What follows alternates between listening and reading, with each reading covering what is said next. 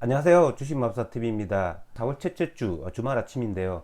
다들 잘 보내고 계신가요? 자, 오늘은 지난 4월 1일 금요일 종목 리뷰와 함께 다음 주 관심 종목에 대해서 말씀드리겠습니다. 지난 금요일 새벽 마감한 미국장 나스닥이 1.54% 하락 마감했죠. 하지만 미국 나스닥이 지난 3월 중순부터 이렇게 급격하게 반등을 했기 때문에 고점에서 이렇게 조정받는 그런 모습으로 판단을 하고 싶습니다. 그에 따라 우리나라 증시도 뭐 옆으로 계속 이렇게 횡보하는 그런 모습을 보이고 있고요. 이렇게 지난주를 이렇게 보셔도 변동폭이 그리 심하지 않습니다.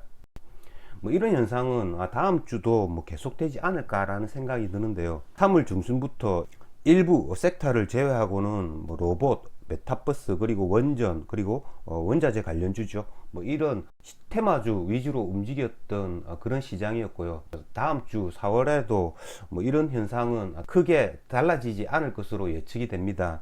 자, 그러면 종목 하나하나 보시면서 말씀을 드리겠습니다. 자, 첫 번째 종목은 로봇 관련주들입니다.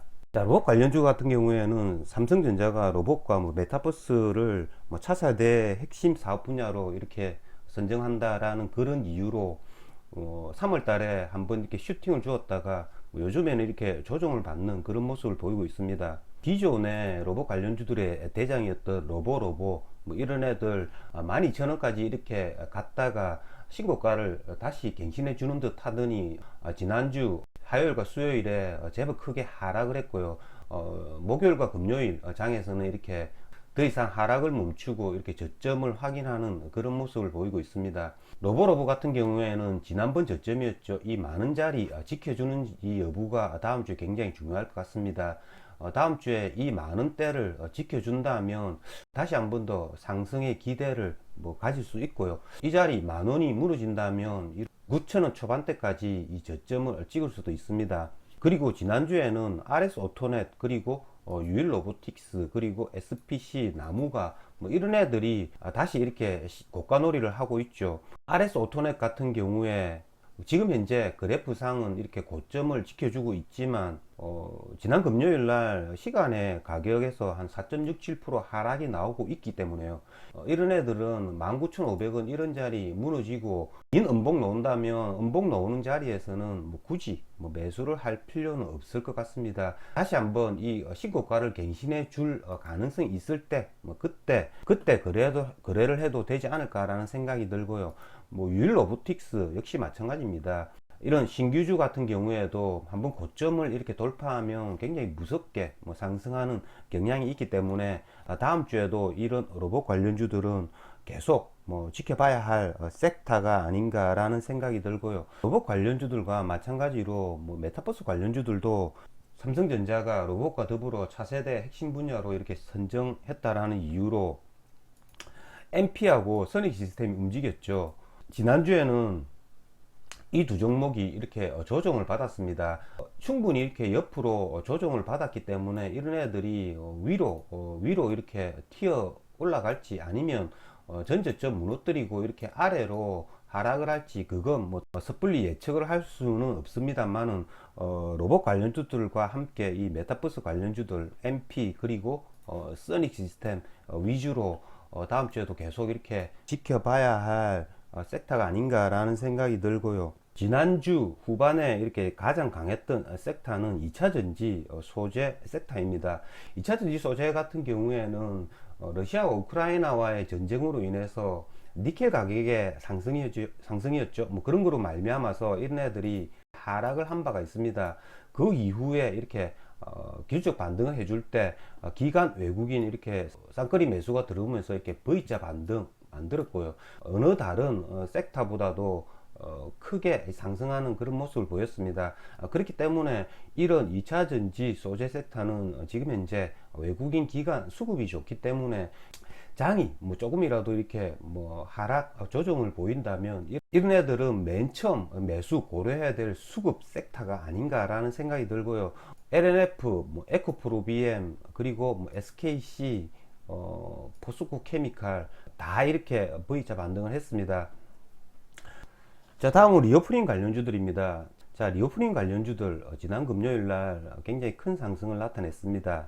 자, 리오프닝 관련주들 같은 경우에는 지난 3월 중순에 이렇게 중국의 오미크론 코로나 확산으로 인해서 선진의 봉쇄였죠. 뭐 그런 거로 3월 중순에 이렇게 저점을 한번 찍은 바가 있습니다.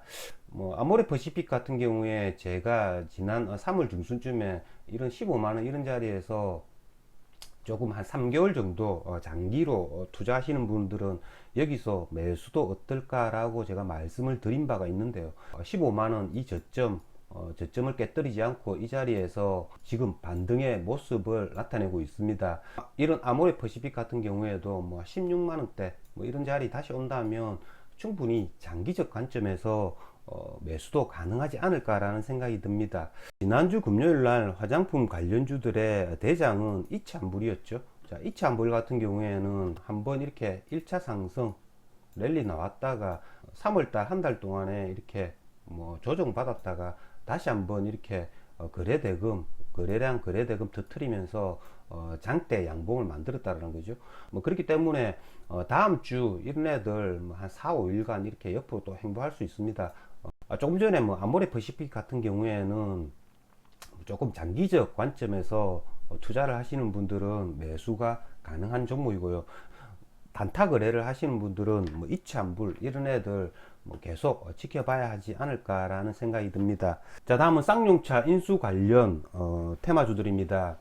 기존에 쌍용차를 인수하고자 했던 에디슨 그룹이죠. 뭐 에디슨 그룹이 계약이 해지가 되는 바람에 지난주 초반 그에 대한 대안으로 SM 그룹 자회사들이죠. 남선 알루미늄 이런 애들이 크게 이렇게 상승을 해 주었다가 주 후반에는 쌍방울 그룹들이 또 인수 의사를 밝힘으로 인해서 지난 금요일 날 상한가만 무려 5종목을 이렇게 만드는 그런 모습을 보였습니다. 일단은 뭐 남선 알루미늄 얘네들 SM그룹이 쌍용차 인수에 대해서 부정을 했기 때문에 이런 애들은 뭐 거래 대상이 뭐 되지는 않을 것 같고요. 쌍방울 그룹 같은 경우에는 다음 주에 인수 의향서 뭐 제출한다고 하니까요. 다음 주에도 이 쌍방울 그룹 계속 이렇게 관찰을 해봐야 됩니다. 이 쌍방울 그룹 관련주들 뭐 대장은 이 광림이었죠. 지난 금요일 날 점상을 갔습니다. 점상을 갔고요. 저 같은 경우에는 뭐 광림이는 뭐 매수를 하지 못했고요. 2등주인 쌍방울 쌍방울을 잠시 이렇게 상한가 깨지는 틈을 이용해서 매수를 했습니다. 남선 알루미늄이죠. 이 남선 알루미늄이 지난번 월요일 이런 쌍용차 이슈로 첫날 상한가 붙었다가 지난 목요일 날 이렇게 상승한 폭이 상한가 거의 뭐 이틀간 폭이었습니다. SN그룹이 이렇게 뭐 쌍용차 인수에 대해서 이렇게 적극적 의사를 표시하지 않았음에도 불구하고 거의 상한가 두 방을 갔기 때문에 이런 쌍방울 그룹들은 충분히 상한가 두 방, 세 방은 갈 수 있지 않을까라는 생각이 들었기 때문에 물론 뭐 1등인 광림이를 매수를 했으면 좋았겠지만 이건 받을 수 없는 주식이었기 때문에 쌍방울을 그 대안으로 매수할 수밖에 없었다라는 겁니다. 다음 주 월요일 그러니까 내일부터죠. 내일 이 광림이가 뭐 상한가에 시작을 할지 아니면 한 10%에서 시작을 할지는 모르겠지만 일단은 갭은 굉장히 높게 띄울 것 같고요.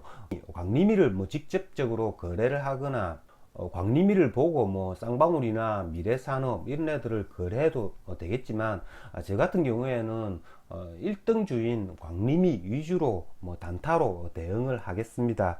어쨌든 내일 뭐 쌍방울 오늘 오버나이트한 물량 잘 매도를 할 것이고요.